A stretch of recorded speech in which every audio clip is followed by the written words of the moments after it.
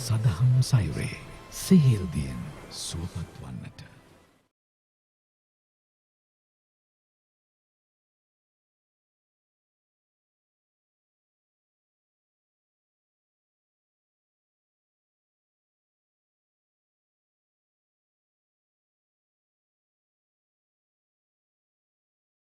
තෙරුවන් සරණයි පින්වත් ඔබ හැමදෙනාටම සාදු ජීවිතයකට මඟ කියා දෙන ධර්මයේ තුලින් ඔබේ ජීවිතයට මොහොතක හෝ අස්වැසිල්ලක් එක් කරන්නට පුළුවන්කම ලැබෙනවා නම් මේ ධර්ම කාරණාවන් පෙළ ගැස්වීම තුළ බෞද්ධ නාලිකාවට අප ලබන ආනන්දය එයයි. ඒ නිසා තමයි මේ බලාපොරොත්තු ඇතිව අදත් සුපුරුදු ලෙසින් සද්ධර්ම සාගරය මෙම ධර්මපද විවරණය අපේ බෞද්ධ සාහිත්‍යයේ සඳහන් වන පළවුණු විශාලම ග්‍රන්ථය උපයෝගී කරගනිමින් අපි මේ ධර්ම කාරණාවන් ඔබට කියා දෙන්නේ. පසුගිය සතියේදී අපි ආරම්භ කළා සුමනා සිටු දේවියගේ කතාව. ඒ අසුරු කරගෙන ඒ කතාව මුලින්ම පහදා දීලා ඉන් අනතුරුව අපට වැඩසටහනේ අවසාන කොටසට එළඹෙන මොහොතේ අප කතා කළේ මෙලවදී කුසල් කිරීමෙන් ලබා ගන්නට පුළුවන් සැප සම්පත් පිළිබඳව ස්වාමීන් වහන්සේ කරුණු බොහෝමයක් යටතේ ඔබ අපට කියා දුන්නා. අද අපට නියමිතව තිබෙන්නේ දෙව්ලොව සම්පත් පිළිබඳව දැන කියා ගන්නට. ඒ ඇරියුමින් අපි තාම ගෞරවයෙන් নমස්කාර පූර්වකව පරම පූජනීය දරණාගම කුසල ධම්ම නාහිමිපාණන් වහන්සේ අනුස්මරණ මේ නව තාක්ෂණික උපකරණ සහිත මැදිරියට ගෞරවයෙන් වැඩම කරන්නට යයි ආරාධනා කළා. බියගම කොට්ටුන්න කල්යාණී මාවතේ ධම්මදස්සී බෞද්ධ මධ්‍යස්ථානයේ ප්‍රධාන අනුශාසක පූජනීය දොළොස්වල උදිත දීර අපේ පින්වත් ස්වාමින් වහන්සේට. අපි ස්වාමින් වහන්සේ ගෞරවයෙන් පිළිගනිමු. අවසරයි අපේ හාමුදුරුවනේ. සාදු සාදු සාදු. අංක 87 පස්වන මාවත සිද්ධ මුල්ලේ පදිංචි නාලිනී සමරවික්‍රම කුසුම් සමරවික්‍රම පද්මිනී සමරවික්‍රම කියන දේනියන් තෙදෙනා අද මේ පින්කමේ දායකත්වයෙන් කටයුතු කරන්නට යෙදෙනවා. අවුරුදු 20කට පෙර අභාව ප්‍රාප්ත වූ අප්පුහාමි සමරවික්‍රම ඒ දයාබර පියතුමාණන්ට එවැගේම අවුරුදු 2කට පෙර අභාව ප්‍රාප්ත වූ මද්දුමගේ දෝන මිසිලින් නෝනා ඒ සෙනෙහබර මෑණියන්ට පුණ්‍යානුමෝදනාවන් සිදු කිරීමේ පරමාර්ථය ඇතිව තමයි අද මේ පින්වතුන් මේ පින්කමට දායකත්වයෙන් කටයුතු කරන්නේ. එහෙමනම් පසුගිය සතියත් සිහිපත් කරගෙන අද මේ ධර්ම විවරණයට යොමු වන්න අපි ස්වාමීන් වහන්සේට ගෞරවයෙන් ආරාධනා කරමු. අවසරයි අපේ හාමුදුරුවනේ. සෑම දිනාටම තෙරුවන් සතු සූවිසි මහා ගුණ බලයෙන් නිදුක් නිරෝගී සුව දීර්ඝායුෂ අභිවර්ධනය වෙත්වා. වාසනාවන්ත කාරුණික සත්පුරුෂ පින්වත්නි, ඊ타ත්ම සද්ධාවෙන් ඊ타ත්ම ගෞරවයෙන් යුතුව අද මේ උදාර පින්කමේ දායකත්වය දරන්නේ අංක 87 පස්වන මාවත සිද්ධ මුල්ලේ පදිංචි නාලිනී සමරවික්‍රම මහත්මිය, කුසුම් සමරවික්‍රම මහත්මිය, පත්මිනී සමරවික්‍රම මහත්මිය කියන දියණියන් තිදෙනා විසිනුයි අද මේ පින්කමේ දායකත්වය. ඒ පින්වතුන් බොහෝම සතුටු වෙන්න අද උතුම් ධර්ම දානමය පින්කමට දායක වෙමින් සිය ගණනකට දහස් ගණනකට ලක්ෂ ගණනකට ධර්ම දානය ලබා දෙන්නට අපේ ජීවිතවලට අවකාශ සැලසුණා කියලා හිතලා සතුටටපත් වෙන්න.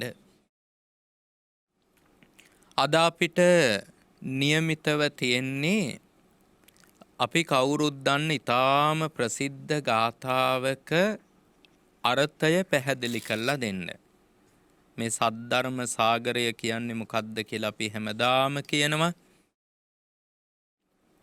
පිටු 3000ක් පමණ තිබෙන සිංහල භාෂාවෙන් ලියවෙච්ච විශාලම බණ පොත තමයි සද්ධර්ම සාගරය කියලා කියන්නේ.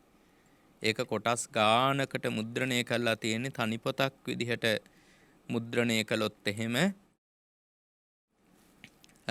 අඩියකටත් වැඩිය වගේ උසේන පොතක් බවට පත් වෙනවා. ලොකු පොතක් වෙන නිසා කොටස් වලට මුද්‍රණය කරලා තියෙන්නේ. ඒ තමයි අදට නියමිත ගාථාව තමයි අපි කවුරුත් දන්න ගාථාවක්. ඉද නන්දති පෙච්ච නන්දති කත පුඤ්ඤෝ උභයත්ත නන්දති. පුඤ්ඤං මේ කතන්ති නන්දති බිහියෝ නන්දති සුග්ගතින් ගතෝ කියන ගාථාව. හැම කෙනෙක්ම දන්නවා. කත පුඤ්ඤෝ කියන්නේ පින් කළ තැනැත්තා. ඉද නන්දති කියලා කියන්නේ මෙලොව සතුටටපත් වෙනවා. දන් දෙන, සිල් ආරක්ෂා කරන, සමත විදර්ශනා භාවනා වඩන, වත්පිළිවෙත් කරන, බුද්ධ වන්දනා කරන, පිරිත් දේශනා කරන මේ තැනැත්තා තමන් කරපු පින්කම් ගැන හිතා නිතරම සතුටටපත් වෙනවා මේ ජීවිතේ. ඉද නන්දති කියලා කිව්වේ ඒකයි. පෙච්ච නන්දති පරලොව සුගතියේ ඉපදිලා සැප සම්පත් ලබලා ඒ ලැබෙන සැප සම්පත් වලින් සතුටටපත් වෙනවා. සුඛෝපභෝගී ජීවිතයක් ලබාගෙන ඒ තුලින් සතුටු වෙනවා පරලොවදී. පුඤ්ඤං මේ කතන්ති නන්දති. ඒ කියන්නේ මා විසින් පින් කරන ලදැයි සිතා සතුටු වෙයි. ඔය පිනක් කළාම එදා දවසෙන් ඒ පින අමතක කරලා දාන්න හොඳ නෑ. වරින් වර පින්කම පිළිබඳව හිතින් සිහිපත් කරන්න ඕනේ. මං අහවල් දවසේ අහවල් ස්ථානයේදී මේ වගේ පින්කමක් කළා කියලා සිහිපත් කරන්න ඕනේ. එහෙම සිහිපත් කරනකොට අර මුලින් කරපු පින වර්ධනය වෙනවා. පින වැඩි වෙනවා කියලා බුදුරජාණන් වහන්සේ වදාලා. ඒක නිසා පිනක් කරලා සිහිපත් කිරීම පින වැඩෙන්න, පින වර්ධනය වෙන්න හේතුවක් බවට පත් වෙනවා. ඒකයි කිව්වේ කත පුඤ්ඤෝ නේ පුඤ්ඤං මේ කතන්ති නන්දති.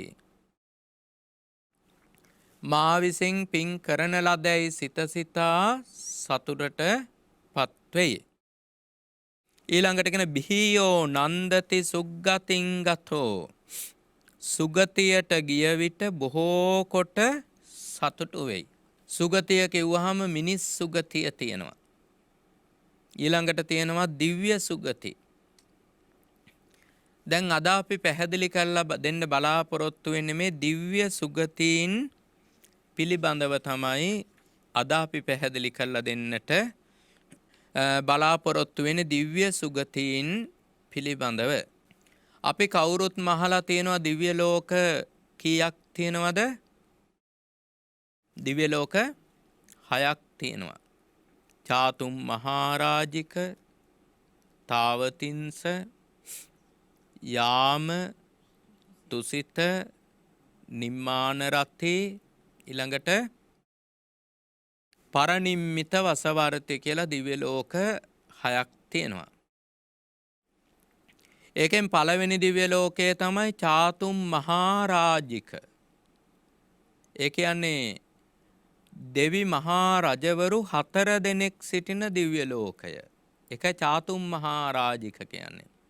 රජවරු 4 දෙනෙක් පාලනය කරනවා මේ දිව්‍ය ලෝකේ. ඒ රජවරු 4 දෙනාට කියන්නේ විරූඩ, විරූපාක්ෂ, වෛශ්‍රවණ, ධතරාෂ්ට, ධුතරාෂ්ට කියලා සංස්කෘතෙන් කියනවා. පාලි භාෂාවෙන් කියන්නේ ධතරාෂ්ට කියලා ඒ දෙවි කෙනාට. මෙන්න මේ 4 දෙනා පාලනය කරන දෙව්ලොව තමයි චාතුම් මහා රාජික කියන දිව්‍ය ලෝකය. ඔය චාතුම් මහා රාජික කියන දිව්‍ය ලෝකයේ පිහිටලා තියෙන්නේ මහා මේරු පර්වතය මතු පිට පිහිටලා තියෙන්නේ. ඒක පිහිටලා තියෙන්නේ අහසේ හැදුන විමානයක නෙමෙයි. දැන් හිස් වූ අවකාශය තුල පිහිටා තිබෙන දිව්‍ය ලෝකයක් නෙමෙයි චාතුම් මහා රාජික කියන්නේ. චාතුම් මහරජික දිව්‍ය ලෝකේ පිහිටලා තියෙන්නේ මහා මේරු කියන පර්වතය මතු පිට කියලා ධර්මයේ පැහැදිලි කරලා දීලා තියෙනවා. ඉතින් මහා මේරු පර්වතය කිව්වහම කෙනෙකුට හිතෙන්නේ ඒක ඇත්තටම නැති එකක් වෙන්නට ඇති කියලා. ඇත්තට මහා මේරු පර්වතය කියන එක ඇත්තටම තිබිච්ච එකක්. තියෙන එකක්. හැබැයි ඒක ඉරිදිලාබීන්ට පමණක් පෙනෙන පියවි ඇසට නොපෙනෙන එකක්. දැනට හොයාගෙන නැති එකක්. දැනට හොයාගත්ත නැතිව ගොඩක් ලෝකේ තියෙනවා. ඔය මහ මුහුදේ තියෙනවා මරිනා අගාධය කියලා. එතනට ඉහළින් ගුවන් යානයක්වත් යන්න බෑ. ගුවන් යානයක් ගියත් ඒක ඇතුළට ඇද ගන්නවා. මේ මහ මුහුද එතනට ඇද ගන්නවා. නෞකාවක් යන්න බෑ එතනින්. කාටවත් එතෙන්ට පරීක්ෂණ කරන්න යන්න පුළුවන් කමක් නැහැ. ඉතින් එතනත් හොයාගත්ත නැති තැනක්. ඊළඟට ඔය ඇමේසන් වනාන්තරේ අනුමාන කරනවා තව හොයාගත්ත නැති මිනිස් ජන කොටස් අඩු ගානේ වර්ග ගෝත්‍රික වර්ග තව 200ක්වත් ඇති කියලා හොයාගත්තෙම නැති කොටස් තව 200ක්වත් ඇති කියලා. හොයාගත්ත ජන වර්ගත් විශාල ප්‍රමාණයක් ඉන්නවා. ඊළඟට ලෝකින් ඔක්කොම සත්තුත් හොයාගෙන ඉවර කරලා නැහැ තාම. මේ මිහි මත ඉන්න සියලු සත්තුත් හොයාගෙන ඉවර කරලා නැහැ. ඒ කියන්නේ හොයාගත්තේ නැතයි කියලා ඒ දේවල් නැතයිම කියලා කියන්න බෑ. විද්‍යාඥයන් යනුද සියල්ල දන්න සර්වඥ මුනිවරු නෙවෙයි. ඉතින් ඔවුන් කියන තෙක් අපි බලා සිටිය යුතුත් නැහැ.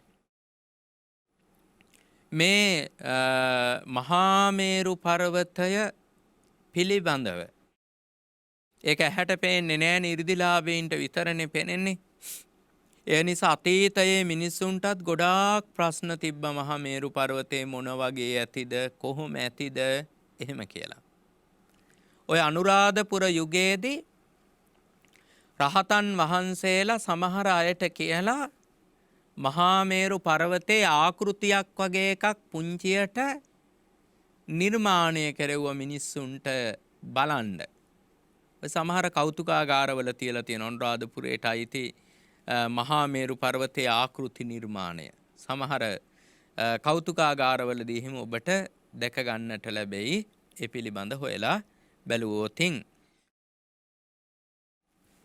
ඉතින් කෙසේ නමුත් මේ චාතුම් මහරජික කියන දිව්‍ය ලෝකය.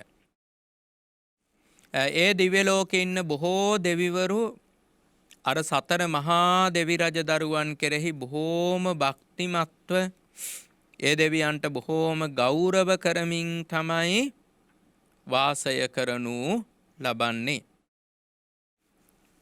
චාතුම් මහරජික දිව්‍ය ලෝකෙට මිනිස් භූමියේ සිට යොදුන් දසදහසක් තිබෙනවා කියලා ධර්මයේ සඳහන් වෙනවා.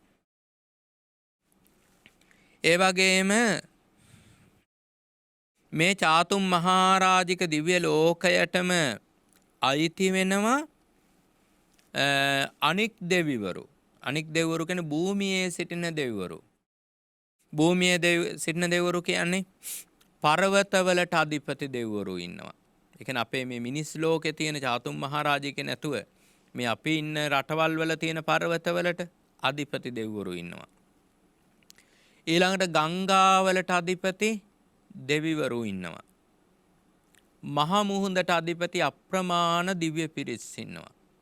මහා මුහුදට අධිපති ප්‍රධාන දෙවි කෙනෙක් ඉන්නවා. මං හිතන්නේ කවුරුත් දන්නව ඇති. මොකක්ද ඒ දෙවි කෙනාට කියන්නේ? මණි මේකලා දිව්‍ය රාජනීය කියලා කියන්නේ. මණි මේකලා දිව්‍ය රාජනීය. ඔය නාවෙනි අරිය ධම්ම ස්වාමින් වහන්සේ තව ස්වාමින් වහන්සේලා 11 නමක් හෝ 12 නමක් සමග සුනාමියට අහු වුණා. අවුවලා හිටන් මුහුද මැදට කිලෝමීටර භාගයක් විතර දුර උන්වහන්සේලව ගහගෙන ගියා වෑන් එක පිටින්ම. වෑන් එක පිටින්ම ගහගෙන යාම අරිය ධම්ම නායක ස්වාමින් වහන්සේ කියනවා මණිමේකලා දිව්‍ය රාජනීය මොකද්ද මේ කරන අපරාධය කියලා මේ භික්ෂූන් වහන්සේලා විනාශ කරලා. ඊට පස්සේ කොහොම හරි ඒ වෑන් එක අර මුහුද පෑදුනානේ. ඒ මුහුද පෑදිච්ච වෙලා ඒ වෑන් එක රිවර්ස් එකටම ආයේ ගොඩ බිමටම ගන්න පුළුවන් වෙලා තියෙනවා. ඒ රියදුරු මහත්තයත් පුදුම වෙනවා මේක මම එදා කොහොම කළාද කියලා මෙච්චර දුර ඉඳන් මේ රිවර්ස් එකට කොහොමද මම වාහනයක් ගත්තේ කියලා. ඒ මුහුද යනකොට ඒ ගහගෙන යන අත්තක් වැදිලා ස්වාමින් වහන්සේගේ අතේ පොඩි ඩැමේජ් එකක් වෙලා ප්‍රතිකාර කරන්නට වුණා. නමුත් කාටවත් විපතක් වුණේ නැහැ. කෙසේ නමුත් මණිමේකලා දිව්‍ය රාජනීය කියලා තමයි මහ මුහුදට අධිපති දිව්‍යාංගනාව හඳුන්වන්නේ. එයාට පින් අනුමෝදන් කරනවා බොහෝ සත්පුරුෂයන් පින් කළාම මණිමේකලා දිව්‍ය රාජනීයට. ඒ වගේම ඉන්නවා මහ පොළොවට අධිපති අප්‍රමාණ දෙවිවරු ඉන්නවා. මහ පොළොවට අධිපති ප්‍රධාන දිව්‍යාංගනාවට කියන්නේ මහීකාන්තාව කියලා. මහීකාන්තාව කියලා ඒ දිව්‍යාංගනාව ප්‍රධාන දිව්‍යාංගනාව හඳුන්වනවා. ඊළඟට ඉන්නවා වෘක්ෂ ලතාවලට අධිපති දෙවිවරු. ගස්වලට සහ වැල්වලට අධිපති ඒ දෙවිවරු ඉන්නවා. ඉතින් එක එක ගස්වලට අධිපති එක එක දෙවිවරු ඉන්නවා. අපේ හිතන්නේවත් නැති දෙයක් ඔය ත්‍රිපිටකයේ සඳහන් වෙනවා. ඒ තමයි මේ ඖෂධ පැලහැටි තියෙනවනේ. ඔය ඖෂධ පැලහැටි වලට පාලියෙන් කියන්නේ ඕසදී තෘණ කියලා කියන්නේ. ඖෂධ පැලහැටි වලට කියන්නේ පාලියෙන් ඕසදී තෘණ. බුදුරජාණන් වහන්සේම දේශනා කළා තියෙනවා දෙවිවරු පිරිසක් ඉන්නවා කියලා ඕසදී තෘණ දේවතා කියලා. ඕසදී තෘණ දේවතා. ඒ කියන්නේ ඊටාම කුඩා දෙවිවරු පිරිසක් අපේ ඇහැට ඇසර නොපෙනෙන. නමුත් ඒ අය අර ඖෂධ පැලහැටි වලට අධිපති වෙලා ඉන්නවා. ඊටාම පුංචි පින්කම් කරගෙන ඒවා මරණාසන්න මොහොතේ මතක් වෙලා සමහර විට කෙනෙකුට වතුර ටිකක් දීපු එකක්, සමහර විට සතෙකුට කෑම වේලක් දීපු එකක් වගේ සිහිපත් වෙලා ඒ අය අර ඖෂධ පැලවලට අධිපති දෙවිවරු වෙලා ඉපදෙනවා. ඕසදී තෘණ දේවතා කියලා ඒ අය ත්‍රිපිටකයේ දක්වලා තියෙන්නේ. අන්නේ අය අයිති වෙන්නෙත් මේ චාතුම් මහරජික කියන දිව්‍ය ලෝකයටමයි. ඒ දෙව්ලොව ඉන්න අයට අමතරව අර ගස්වලට වැල්වලට අධිපති දෙවරුත් ඒකට අයිති වෙන බව සඳහන් කරනවා. ඒ වගේම තව ඉන්නවා දෙවිවරු අධිපති වෙලා නිවාසවලට. අපි ගෙයක් හදනකොටත් ඒකට දෙවි කෙනෙක් ඊට ඉහළින් විමානයක් සකස් කරගන්නවා. විශාල ගෙයක් හදනවා නම් එහෙම මහා බල සම්පන්න දෙවි කෙනෙක්ලු විමානයක් හදාගන්නේ ගෙට ඉහළින්. ඒ දෙවිවරුත් ඉතින් කෙලෙස් සහිත පිරිසක්නේ. එයාලා හිතනවා මේ ලොකු ගේ ඇසුරෙන් තමයි මගේ විමානේ තියෙන්නේ කියලා. එයාලා ආඩම්බරයකටපත් වෙනවා එකෙන්. මධ්‍යම ප්‍රමාණයේ නිවසක් හදන විට මධ්‍යම ප්‍රමාණ දෙවි කෙනෙක් අධිපති වෙනවලු ඒ නිවසට උඩින් විමානයක් හදා ගන්නවා හසේ. ඒ නිවසට උඩින් මම තමයි මේ නිවසට අධිපති දෙවි කෙනා කියලා. කුඩා නිවසක් හදනකොට කුඩා බලයක් තියෙන දෙවි කෙනෙක් විමානයක් හදා ගන්නවා. එයා කියනවා මේ මගේ නිවස මේක කියලා. ඒකට ඉහළින් විමානේ හදාගෙන. ඒ කියන්නේ හැම ගෙදරකටම ඉහළින් දිව්‍ය විමානයක් තියෙනවා. ඒ දිව්‍ය විමාන තියෙන්නේ මොකටද? ඒ මිනිස්සු ආරක්ෂා කරන්න නෙවෙයි. මේ දෙවිවරුන්ට විමාන සකස් කරගන්න තැන් නැති හන්දා ඒ අය තැනක් බලාපොරොත්තුෙන් ඉන්නේ ලැබෙන මොහොතේම තමන්ගේ දිව්‍ය විමානයක් සකස් කරගන්නවා ඒ තැන්වල. එහෙම දෙවිවරු හිටියා කියලා ඒ දෙවිවරු ඒ නිවෙස්වල ඉන්න අයව ආරක්ෂා කරන්නේ නැහැ ඇත්තටම. එහෙම ගෙවල් වල ඉන්න අයට ප්‍රශ්න විසඳලා දෙන්න ආරක්ෂා කරන්න ඒ කටයුතු කරන්නේ. හැබැයි නිවෙස්වල ඉන්න අයට පුළුවන් උපක්‍රමශීලීව ඒ දෙවියන්ගෙන් ආරක්ෂාව ලබා ගන්න පුළුවන්. ඒ කියන්නේ නිකම්ම ඒ අය වැඩ කරලා දෙන්නේ නැහැ. නමුත් අපිට සමහර අයගෙන් වැඩ ගන්න පුළුවන්නේ. වැඩ කරලා දෙන්නේ නැති වුණාට අපිට වැඩ ගන්න පුළුවන් නොයෙක් යහපත් ක්‍රමවේද අනුගමනය කරලා.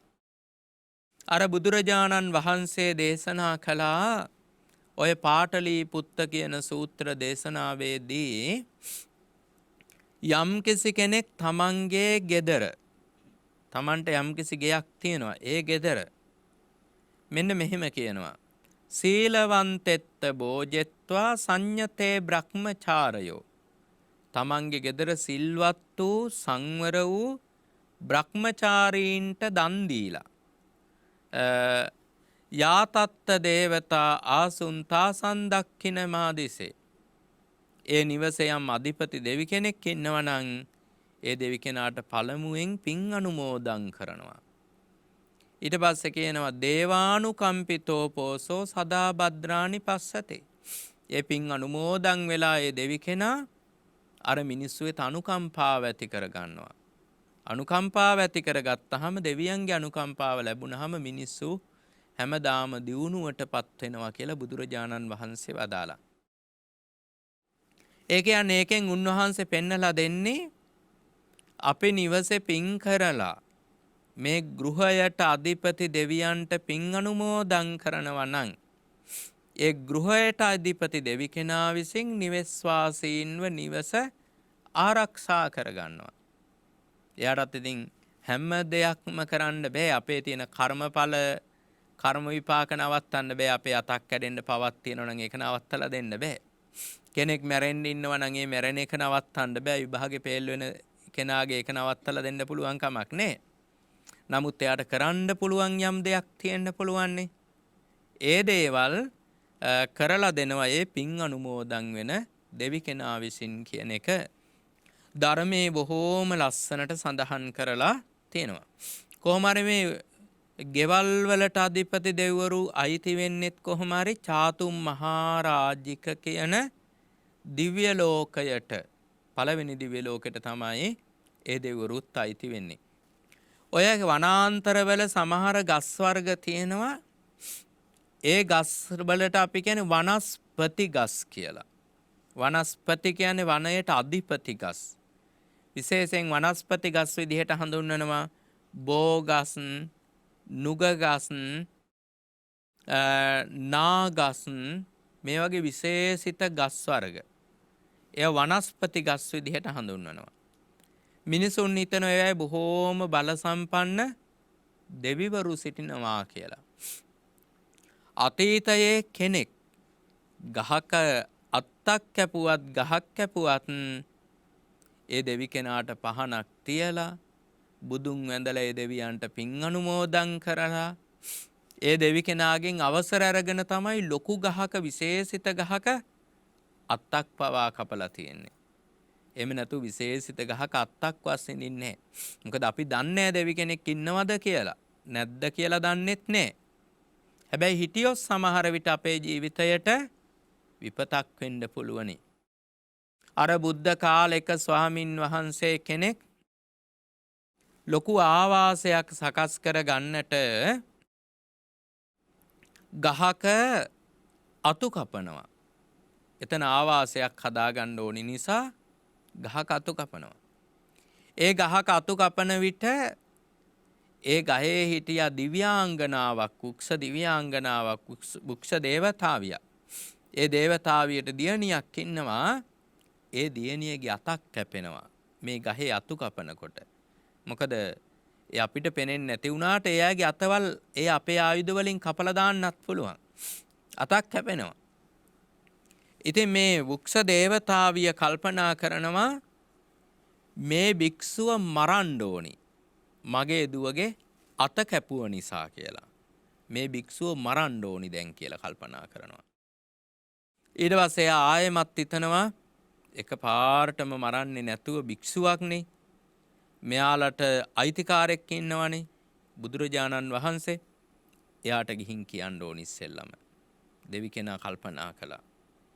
ඉතින් බුදුරජාණන් වහන්සේ ළඟට ගිහිල්ලා මේ දිව්‍යාංගනාව ප්‍රකාශ කළා ස්වාමීනි ඔබ වහන්සේගේ ගෝලෙක් ඔබ වහන්සේගේ ශ්‍රාවකයෙක් මගේ විමානේ අත්තක් කපලා දැම්මා. ඒ ගහේ අතු කපනකොට මගේ දුවගේ අතත් තුවාල වුණා අතත් කැපුණා. මම තීරණය කළා ඒ භික්ෂුව මරන්න. මං ඔබ වහන්සේට කියලා යන්න ආවේ ආ මරනවා කියලා. ඔබ වහන්සේට මතක් කරලා ගිහිල්ලා මරන්න මම ආවේ කියලා ප්‍රකාශ කළා. බුදුරජාණන් වහන්සේ ඉල්ලීමක් කළා ඒ භික්ෂුව මරන්න එපා. එකෙන් ඔබට ගොඩක් පව් ලැබෙනවා. මම ඔබට විමානයක් පෙන්වන්නම් කියලා දෙවි කෙනෙක් නැති ගහක් උන්වහන්සේ පෙන්නවා. මෙන්න මෙතනට ගමන් කරලා එතන විමානය සකස් කරගන්න කියලා. ඒ කියන්නේ බලන්න දෙවි කෙනෙක් ඉන්න විමානයක් සහිත ගහක් විනාශ කරන විට සමහර විට දෙවි කෙනා කෝපයටපත් වුනොත් එහෙම අපේ ජීවිතේ පවා නැති කරන්න පුළුවන්. අපේ ජීවිතය පවා විනාශ කරන්න අපිට තියෙන සැප සම්පත් නැති කරලා දාන්න සමහර විට අපේ යාළු මිත්‍රාදීන් නැති කරන්න එහෙම දේවල් කරන්නට උනත් පුළුවන්කම තියෙනවා. කෙසේ නමුත් මෙන්න මේ කියන ගස්ගල් පර්වත ඇලදොල ගංගා වැව් අමුණු ආදියට අධිපතිව ඉන්න දෙවරුත් අයිති වෙන්නේ චාතුම් මහරජික කියන දිව්‍ය ලෝකයටයි. අපේ අවුරුදු 50ක් මිනිස් අවුරුදු 50ක් චාතුම් මහරජික කියන දිව්‍ය ලෝකයට එක දවසයි. එබඳු දවස් 30ක් චාතුම් මහරජික දිව්‍ය ලෝකයට මාස 1යි. ඒ වගේ මාස 12ක් ඒ දිව්‍ය ලෝකයට අවුරුදු 1යි. ඒ වගේ අවුරුදු 500ක් ඒ දිව්‍ය ලෝකයේ පරමායුසයි. අපේ වර්ෂ වලින් කිව්වොත් එහෙම අවුරුදු 90 ලක්ෂයක් තමයි පරමායුස චාතුම් මහරජික දිව්‍ය ලෝකේ. අවුරුදු 90 ලක්ෂයයි. අපේ අවුරුදු වලින් අවුරුදු 90 ලක්ෂයක් ජීවත් වෙන්න පුළුවන්. අර වෘක්ෂ දේවතාවෙක් වුණොත් නැත්නම් චාතුම් මහරජික දෙව්ලෝව දෙවි කෙනෙක් වුණොත් ගහකට අධිපති දෙවි කෙනෙක් වුණොත් එක්කෝ අර ඕසදී තෘණ දේවතා කියන ඖෂධ පැලහැටි වලට අධිපති දෙවිවරුන්ට මොකද මේ පැලහැටි මැරෙනකොට වෙන පැලහැටියක යා විමානේ හදා ගන්නවා. ඊළඟට ඔය චාතුම් මහරජිකයටම තමයි අයිති වෙන්නේ වැස්ස වලාහක දෙවිවරු ඉන්නවා. වලාකුළු වලට අධිපතිව. උන්න වලාහක දෙවිවරු ඉන්නවා. සීත වලාහක කියලා දෙවිවරු පිරිසක් ඉන්නවා. ඒ දෙවිවරුත් අයිති වෙන්නේ මේ චාතුම් මහරජික කියන දිව්‍ය ලෝකයට. ඊළඟ දිව්‍ය ලෝකය තමයි චාතුම් මහරජික තාවතිංස. මේ තාවතිංස කියන දෙව්ලොවට ඒ වචනේ අර්ථ තියෙනවා. ඒ වචනේ අර්ථය ඉතින් සාමාන්‍ය අර්ථයක්. සාමාන්‍ය අර්ථයක් මිස ඒක 100%ක්ම හරියන අර්ථයක් නෙමෙයි කියලා අට කතාවෙම කියලා තියෙනවා. තාවතිංස කියන වචනේ තේරුම තමයි මග මානවකයා හා එක්ව පින්කල 32 දෙනා. ඒ මග මානවකයත් එක්ක පින් කරපු 32 දෙනා උපන්නා වූ තැනට කියනවා තාවතිංස. ඒ කියන්නේ යාළ ඉපදෙන්න ඉස්සෙල්ලා තව්තිසාව තිබ්බා. ඒ කාලේ නම තව්තිසාවම තමයි. ඒ වුණාට අලුතෙනුත් නමට අර්ථයක් ඉදිරිපත් කරන් අර කතාවත් කියනවා කියලායි කියන්නේ.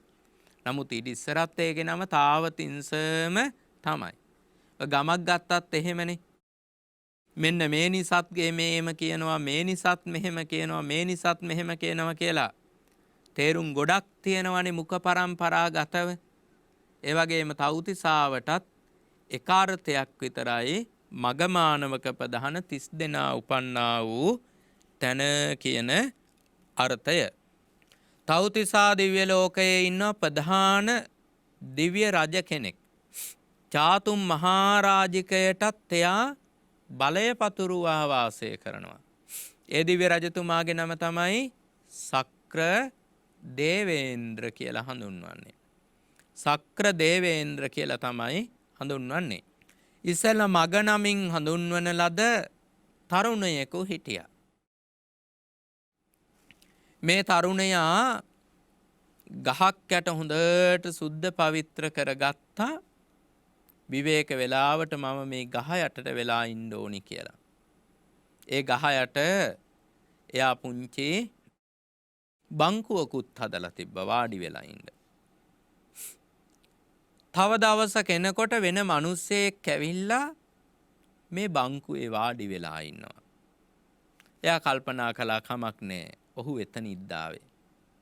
ඒක මගේ තැන කියලා රණ්ඩුවක් ඇති කරගන්න අවශ්‍ය නැහැ.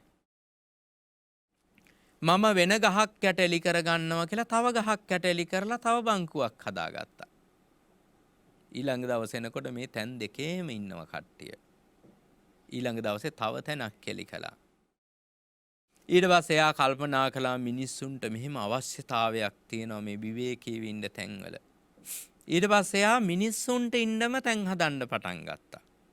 මොකද Tamanටත් එතකොට ඉන්න පුළුවන්. Tamanට විතරක් ඉන්න කියලා හැදුවට වැඩක් නැහැ. කවුරු හරි එතනට අල්ල ගන්නවා.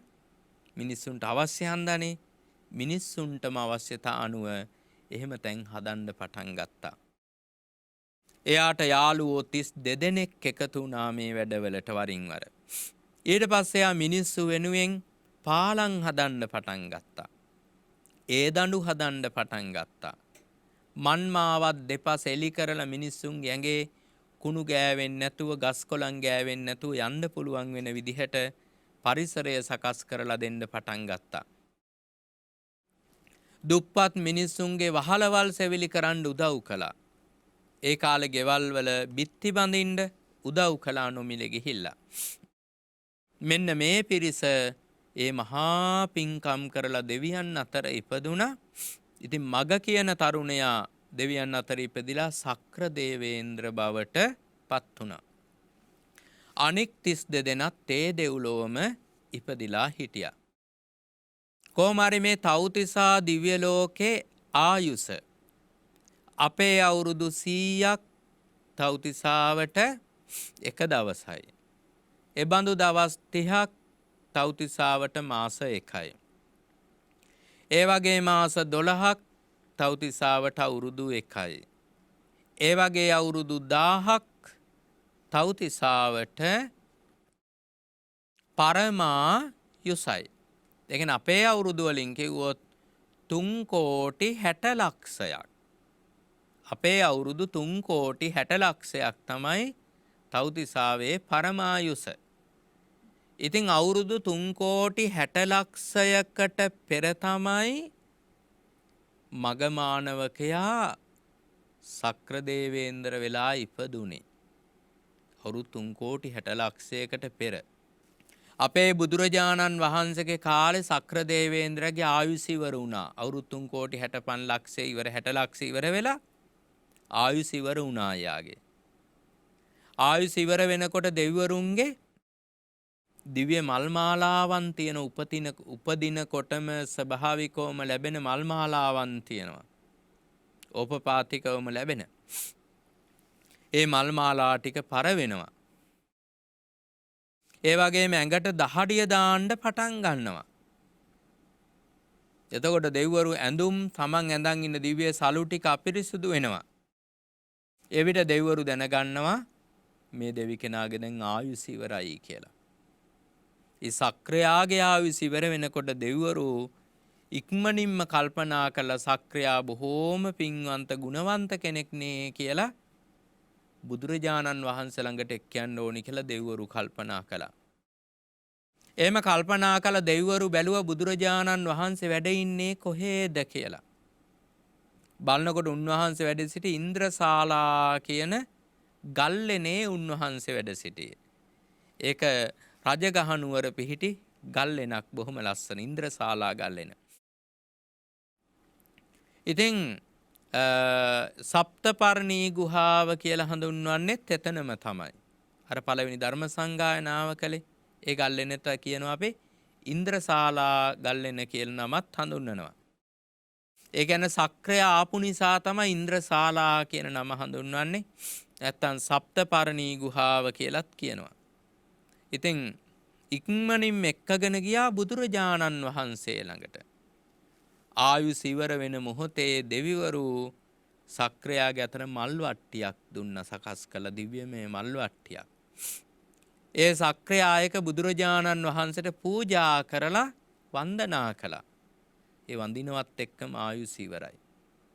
ආයුෂ ඉවර වෙනවත් එක්කම යා වතුරු දහන් වෙලා නැවතත් අර මල්වට්ටිය පූජා කිරීමේ පිනෙන් ආයමත් සක්‍රියා වෙලා පහළ වුණා ඉන්ද්‍රශාලා ගුහාවෙම. එහෙනම් දැන් ඉන්නේ අර මගමානවක සක්‍රියා වෙච්ච කෙනා නෙවෙයි. එයාගේ ඊළඟ ආත්මයක් තමයි, වෙන ආත්මයක් තමයි. නමුත් දැන් ඉන්න සක්‍ර දේවේන්ද්‍රයා ඉපදිලා තියෙන්නේ මල්වට්ටියක් පූජා කිරීමේ පිණින් සක්‍ර දේව ආත්මය ලබාගෙන තියෙන්නේ. ඒ බුද්ධ කාලේ ටික කාලයක් හිටියේ මගමානවක. එයාගේම ආයුෂ ඉවර වෙලා බුද්ධ කාලෙම නැවතත් සක්‍ර දේවේන්ද්‍ර වෙලා තවත් අවුරුදු 3,65,00,000කට දීර්ඝායුෂ ලබා ගන්නට යෙදුණා. ඉතින් මේ චාතුම් මහා රාජික කියන දිව්‍ය ලෝකයේ බොහෝම සැප සම්පත් බහුල දිව්‍ය ලෝකයක්. හැබැයි ඒ දිව්‍ය ලෝකේ පිහිටලා තියෙන ආකාශේ අහසේ මැවුන විමානවල. දැන් පළවෙනි දිව්‍ය ලෝකේ චාතුම් මහරජිකේක මහාමේරු පර්වතය මතනේ තියෙන්නේ. මේ දිව්‍ය ලෝකේ තියෙන මහාමේරු පර්වතය මත නෙමෙයි. චාතුම් මහරජිකේට ඉහළින් අහසේ මැවෙන ලද විමානවල අපි වලාකුළු දැකලා තියෙන්නේ. බලාකුළු උඩ නෙමෙයි. අන්න ඒ වගේ අපිට නොපෙනෙන විශාල විමාන මැවිලා ඒ විමානවල තමයි මේ තව්තිසා කියන තාවතින්ස කියන දිව්‍ය ලෝකය පිහිටලා තියෙන්නේ. ඊළඟට තව්තිසා කියන දෙව්ලොවට ඉහළින් පිහිටලා තියෙනවා යාම කියන දිව්‍ය ලෝකය. යාම කියන දිව්‍ය ලෝකය.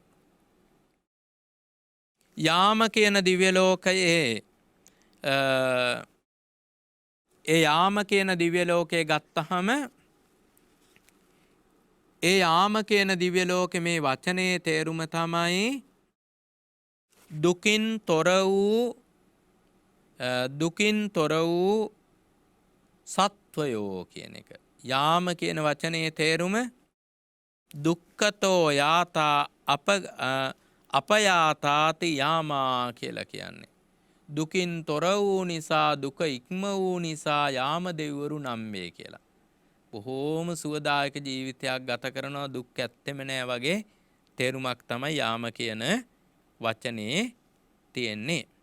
යාම දෙව්ලොව ඉන්න දිව්‍ය රජතුමා එයාට කියන්නේ ඔබ සමහර විට දන්නේ නැති සුයාම දිව්‍ය පුත්‍රයා. අර ඒ රජතුමා හඳුන්වන්නේ සුයාම කියන නමින්. සුයාම දිව්‍ය පුත්‍රයා කියලා හඳුන්වන්නේ. ඉතින් යාම දෙව්ලොවත් බොහෝ සැප සම්පත් තියෙන දිව්‍ය ලෝකයක්. ඒකේ ආයුෂ ගත්තහම අපේ අවුරුදු 200ක් යාම දෙව්ලොවට එක දවසයි. එබඳු දවස් 30ක් මාස එකයි.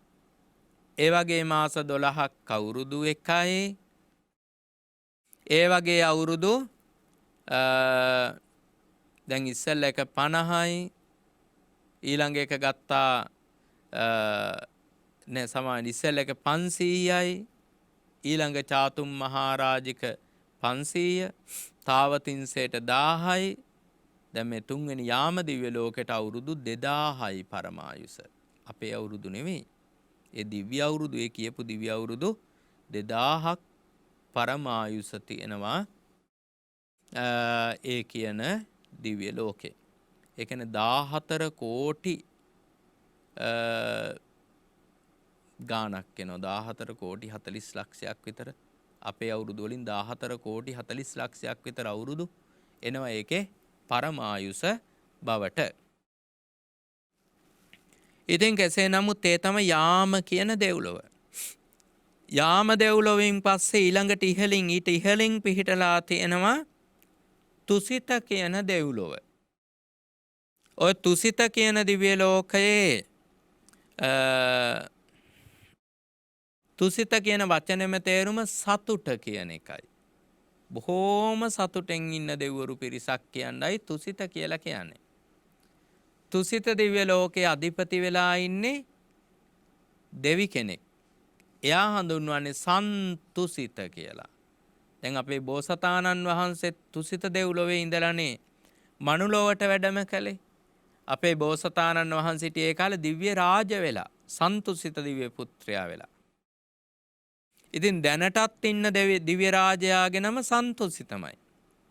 ඒ වගේම මතු බුදු වෙන බෝධිසත්වවරු වැඩවෙසෙන්නේ තුසිත දිව්‍ය ලෝකයේ. මෛත්‍රී බෝධිසත්වයන් ඒ වගේ මතු බුදු වෙන බෝසත්වරු මරණින් මතු ඉපදෙන්නේ තුසිත දිව්‍ය ලෝකය තුල. ඉතින් බොහෝම සැප සම්පත් තියෙනවා. ඒ වගේ මාර්ගඵල ලබාගත්ත දැන් සෝතාපන්න අය සකදාගාමී අය එහෙම එයාලත් මරණයටපත් වෙලා ඉපදෙනවා මේ දිව්‍ය ලෝකවල. එක දිව්‍ය ලෝකයක නෙමෙයි. තුසිතයේත් බහුලෝ ඉපදෙනවා මාර්ගඵල ලබාගත් අය මරණින් මතු. ඒ නිසා බුද්ධ කාලේ සෝවාන් වෙච්ච අය සකදාගාමි වෙච්ච අය එහෙම බහුලව සිටිනවා තුසිත කියන දිව්‍ය ලෝකය තුල. එයාගේ ආයුෂ තව අවුරුදු 3,60,00,000ක් දක්වා ඒ බුද්ධ කාලේ ඉපදෙච්ච අයනේ. එච්චර කාලයක් එයාගේ ආයුෂ තියෙන මාර්ගඵල ලබා ගත්තත් සසරින් අත් මිදිලා නැහැ රහත් නොවිච්ච අය. සසරින් අත් මිදිච්ච නැති බොහෝ දෙනෙක් ඉපදෙන්නේ දිව්‍ය ලෝකේ සෝතාපන්න ආදි මාර්ගඵල ලබා ගන්න අය. එයාලා දෙව්ලොව සිට තමන් අර දියුණු කරගත්ත මාර්ගය තව පුරුදු පුහුණු කරමින් එතනින් එහාට හිත දියුණු කරගන්න වෙහෙසිලා මහන්සි වෙලා කටයුතු කරනු ලබනවා. ඊළඟ දිව්‍ය ලෝකය තමයි ඒ තුසිතයට ඉහළින් තියෙනවා නිම්මාන රතී දිව්‍ය ලෝකය තියෙනවා. නිම්මාන රතේ. නිම්මාන රතේ කියලා කියන්නේ තමන් උදෙසා පහළ වූ සම්පත්තියෙහි සිත්තලවා වාසය කරන්නෝ කියන එකයි. මොකද ඒ අයට තමන් උදෙසා දිව්‍ය විමාන, දිව්‍ය කල්පවෘක්ෂ, දිව්‍ය සම්පත් පහළ වෙලා තියෙනවා. මේ දිව්‍ය ලෝකේ ඉන්න අය ඒ සම්පත් වලට සිත්තලවා වාසය කරනවා. නිම්මාන රතී දෙව්ලොව. නිම්මාන රතී දෙව්ලොව නායකත්වයේ දරන්නේ සුනිම්මිත කියන දිව්‍ය පුත්‍රයා. සුනිම්මිත කියලා තමයි ඒ දිව්‍ය රාජයාව හඳුන්වනු ලබන්නේ. බොහෝම සැප බහුල දිව්‍ය ලෝකයක්. ඊළඟට අපේ ආයුෂ වලින් කිව්වොත් එහෙම එයාලගේ ආයුෂ පළවෙනි එක 50ක් අවුරුදු 50ක් එක දවසයිනේ. දෙවෙනි එකට අවුරුදු 100ක් එක දවසයි. තුන්වෙනි එකට අපේ අවුරුදු 200ක් එක දවසයි. හතරවෙනි එකට අපේ අවුරුදු 400ක් එක දවසයි නිම්මාන රතියට. ඒ බඳු දවස් 30ක් මාසයයි. ඒ වගේ මාස 12ක් අවුරුද්දයි. ඒ වගේ අවුරුදු පළවෙනි එක 500 1000 2000 දැන් හතරවෙනි එකනේ 4000. ඒ වගේ දිව්‍ය අවුරුදු 4000ක් පරම ආයුෂ බවට පත් වෙනවා කියලා ධර්මයේ සඳහන් වෙන නිම්මාන රතී දෙව්ලොව. ඊළඟ එක තමයි පරනිම්මිත වසවර්ති දෙව්ලොව. පරනිම්මිත වසවර්ති. පරනිම්මිත වසවර්ති කියන දෙව්ලොව තමයි අවසාන දිව්‍ය ලෝකය. ඒ දිව්‍ය ලෝකේ ඉන්නේ පරනිම්මිත වසවර්ති කියලාමයි දිව්‍ය පුත්‍රයා හඳුන්වන්නේ, දිව්‍ය නායකයා හඳුන්වන්නේ. එයා තමයි මාර දිව්‍ය පුත්‍රයා කියලා කියන්නේ. දෙවිවරු අතර වැඩිම බලයක් තියෙන්නේ යාට. ඒ වගේම සැප සම්පත් අතින් වැඩිම සැප සම්පත් තියෙන්නේ පරනිම්මිත වසවර්ති දෙව්ලොව. වසවර්ති කියලා කියන්නේම තමා වසඟයෙහි පවත්වන්න පුළුවන් අනික් අය.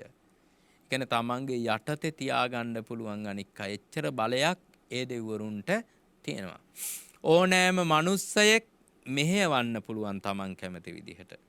ඕනිම දෙවි කෙනෙක් මෙහෙවන්න පුළුවන් එයාට තමන් කැමති විදිහට. ඕනිම සතෙක් වුණත් මෙහෙයවීමේ හැකියාවක් ඒ දෙවිවරුන්ට තියෙනවා. කිසිවෙකුට නොපෙනී තව කෙනෙක් මෙහෙයවීමේ විශේෂිත හැකියාවක් ඒ දෙවිවරුන්ට තියෙනවා. අර එක බුදුරජාණන් වහන්සේ කෙනෙක්ගේ කාලේ මිනිස්සු මෙහෙයවලා ඒ බුදුරජාණන් වහන්සේට දන් දෙන්න සැලැස්සුවා. මේ මාර දෙවිවරු, වසවර්තියේ ඉන්න දෙවිවරු. තව කාලයකදී මිනිස්සු මෙහෙයවලා බුද්ධ ප්‍රමුඛ සංඝයාට බණින්න සැලැස්සුවා. හැබැයි දෙවි කෙනෙක් ඒ දෙවිවරු මෙහෙයවනවා කියලා අපිට පව්පින් නැත්තේ නැහැ. ඒ දෙවි කෙනෙක් මෙහෙයවලා අපි පින් කරගත්තොත් අපිට පින් ලැබෙනවා. අපි සුගතිය ඉපදෙනවා. ඒ මාර දෙවි කෙනෙක් මෙහෙයවලා අපි පව් කරගත්තොත් අපිට පව් සිද්ධ වෙනවා. අපි අපායෙත් යනවා. ආයි වෙන කෙනෙක් මෙහෙයවීම කළා කියලා අපිට නැති වෙන්නේ නෑ ඒ පාපය. ඒක හොඳින් මතකේ තියාගන්න ඕනි එකක්. ඒත් අපිටත් පාපය ලැබෙන වෙන කෙනෙක් මෙහෙයුවට මෙහෙයවන කෙනාටත් පව් ලැබෙනවා. පව කරන්නේ අපිනේ අපිටත් පව් ලැබෙනවා. ඉතින් අර විශේෂත්වයක් තියෙන අපි දන්නේ නැතුව තමයි මේ මෙහෙයවීම කියන එක සිද්ධ වෙන්නේ. අනේ අපි දන්නේ නැතුවනේ ඒක කරන්නේ කියලා අපිට ඒකට සමාවක් නම් නැති බව හොඳින් මතකයේ තබා ගන්නට අවශ්‍ය වෙනවා. මේ තමයි දිව්‍ය ලෝක පිළිබඳ විස්තර. ඉතින් මේවට අපි කියන කාම සුගතීන් කියලා හඳුන්වනවා.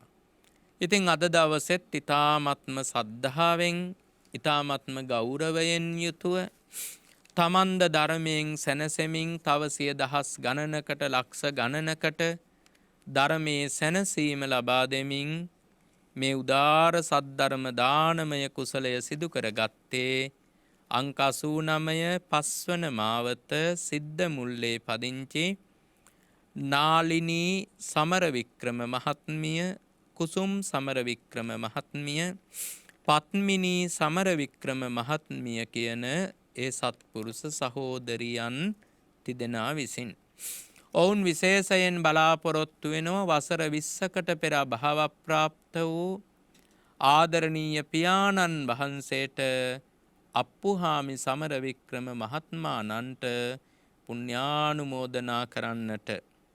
වර්ෂ 2කට පෙර භව ප්‍රාප්ත වූ ආදරණීය මෑණියන් වහන්සේ මද්දුමාගේ දෝන මිසිලින්නෝනා මහත්මියට පුණ්‍යානුමෝදනා කරනවා.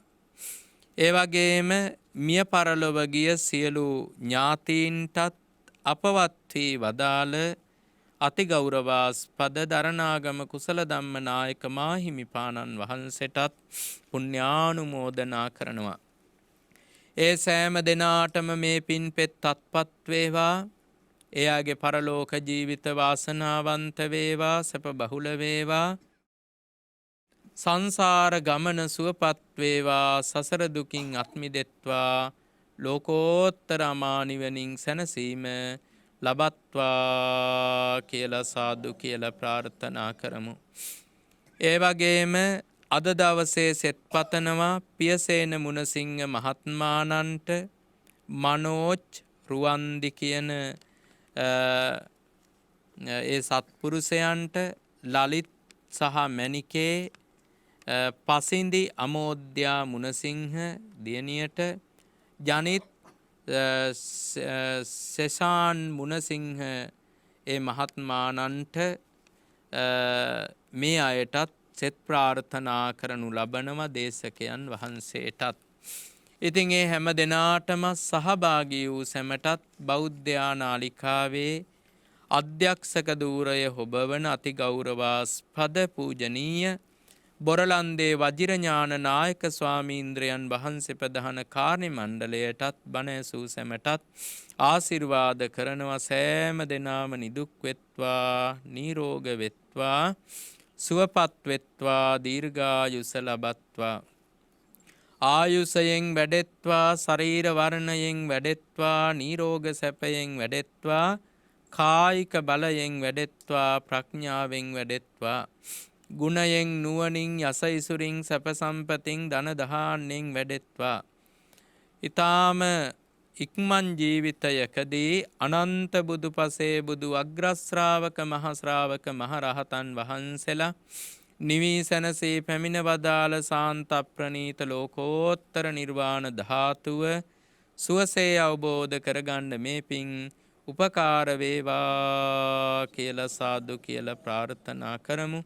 විරූඪ විරූපාක්ෂ වෛශ්‍රවණ දතරාෂ්ට සක්‍ර දේවේන්ද්‍ර ආදී සදෙව් ලෝකවාසී සියලු දෙවියන් විසින්ද ඒ වගේ මාර්ය සුමන සමන් දිවිරාජයාණන් වහන්සේ විෂ්ණු විභීෂණ කතරගම ශ්‍රීමත් අයියනායක දැඩිමුණ්ඩ ගම්භාර පත්තිනි මෑණියන් සරස්වති මෑණියන් ආදී සියලු දෙවි දේවතාවුන් විසින්ද මේ පින් අනුමෝදන් වෙත්වා දෙවියන්ගේ දිව්‍ය සැප සම්පත් යස ඉසුරු වර්ධනය වෙත්වා දෙවියෝ දමා නිවනින් සැනසීම ලබත්වා ආකාසට්ටා ච බුම්මට්ටා දේවා නාග මහිද්దికා පුඤ්ඤන්තං අනුමෝදිත්වා චිරන් රැක්කන්තු ලෝක සාසනං චිරං රක්칸තු දේශනං චිරන් රක්칸තු මං පරන්ති ධම්මේ ඥාතිනං හෝතු සුඛිතා හොන්තු ඥාතයෝ ඉදම්මේ ඥාතිනං හෝතු සුඛිතා හොන්තු ඉදම්මේ ඥාතිනං හෝතු සුඛිතා හොන්තු ඥාතයෝ. සද්ධර්ම සාගරය අමා සදහම් සයුරේ සිහිල්දියෙන් සුවපත් වන්නට